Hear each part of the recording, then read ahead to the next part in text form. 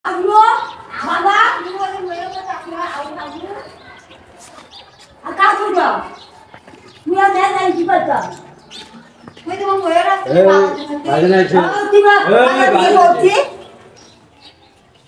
আসসালামু আলাইকুম। ওয়ালাইকুম সালাম ভাই, কেমন আছেন? আপনি ভালো আছেন? হ্যাঁ ভালোই আছি। আমি কিন্তু আপনাকে ভুলে যাইনি। আপনার মনে আছে? আমি একদিন এই চন্ডিয়া বাজারের ভিতর দিয়ে হাঁটতে হাঁটতে হঠাৎ চোখে পড়লো আপনার এই ভাঙ্গা ঘর থেকে একটু ধোঁয়া বের হচ্ছে, রান্না করছেন। পরে এসে আপনার জীবনের কাহিনী শুনলাম, আপনার ছেলেরা বাসা থেকে বের করে দিয়েছে আপনাকে। আপনি এই যে এই প্রাইমারি স্কুলের একটি ঘরেই থাকেন, বাথরুমের মতন ছোট্ট একটি ঘরে। কি করছেন চাচি? কি করছেন এখানে? কি কাটেন? আলু বেগুন রান্না করবেন, রাতে খাবেন। তো চাচি, মাঘ মাস তো প্রচুর ঠান্ডা, রোদ ওঠে না, রোদের দেখাই মিলছে না। তো আমি আপনার জন্য একটা কম্বল নিয়ে আসছি। নেন, খোলেন, খুলে দেখেন। আপনি খুলে দেখেন। দেখেন চাচা, বসেন, বসে খুলে দেখেন।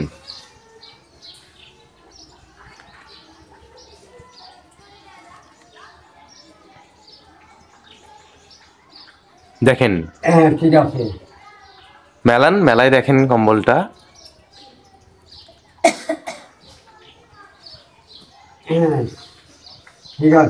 ঠিক আছে না? পছন্দ হয় আপনার চাচা? এটা গায়ে দিবেন রাতে। হ্যাঁ ঠিক আছে চাচি। তো আপনাদের ছেলেরা আপনাদের কাছে আসে না? সে বর্ণাকালে আমরা বন্যার আগে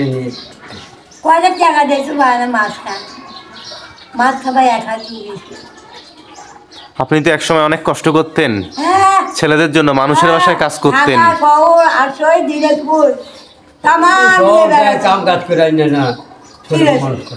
মানুষ করেছেন, আজ ছেলেরা বড় হয়ে আপনাদের খোঁজ রাখে না। মাছ খায়, গোস খায়, সবগুলো জানি রে। মাছ খাবার জন্য ওইটা যেন চুলছে মাছ বিয়ে করছে, তার দেখি যে আমার নো বলছি বাবা রে, না পায় কদিন করে তরকারি দাও, তোর মা খাওয়া দাওয়া হয় নাই, কেবল আনদিলেন হোক আর দেয়নি।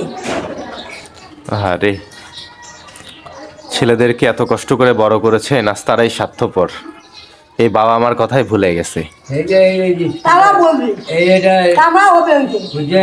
চাচি, আমার এই পাশ হন দেখি, চাচার এই পাশে হন, আপনার সাথে একটু কথা বলি। চাচার এই পাশে হন। তো আপনারা কত বছর হলে সংসার করছেন, একসাথে আছেন? 20 অনেক বছর হলো একসাথে আছেন না?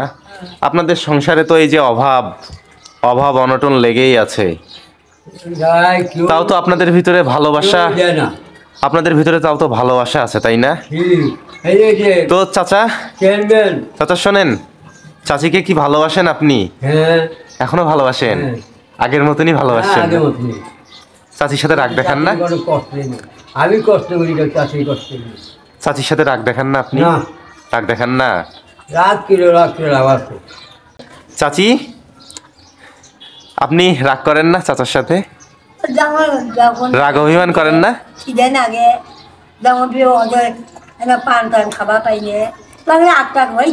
চাচার সাথে জেদ করেন না? জেদ করি, কিছু কয় না। জেদ করেন?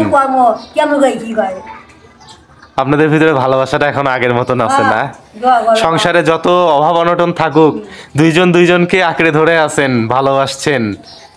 আমি দোয়া করি আপনাদের ভালোবাসা অটুট থাকুক, আল্লাহ সহায় হোক, আপনাদের পাশে থাকুক, আপনাদের ভালোবাসা যুগ যুগ ধরে বেঁচে থাকুক।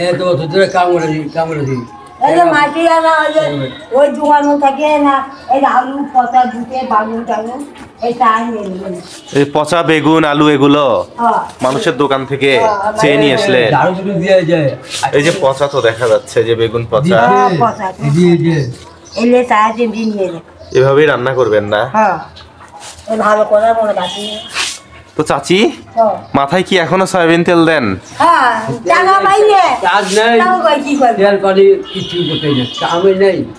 এই যে কাম করি, টাকা পয়সা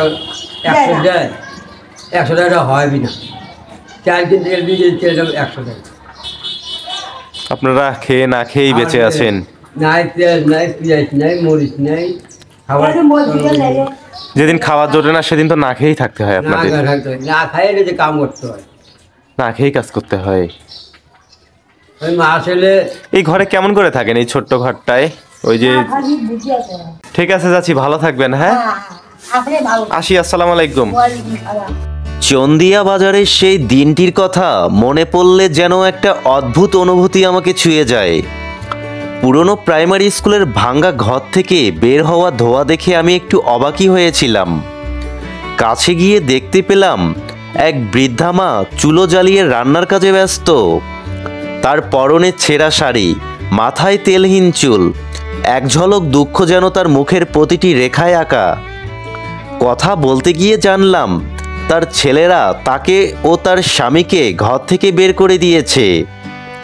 জীবনের শেষ দিনগুলো তারা কাটাচ্ছেন এই ভাঙ্গা স্কুল ঘরে।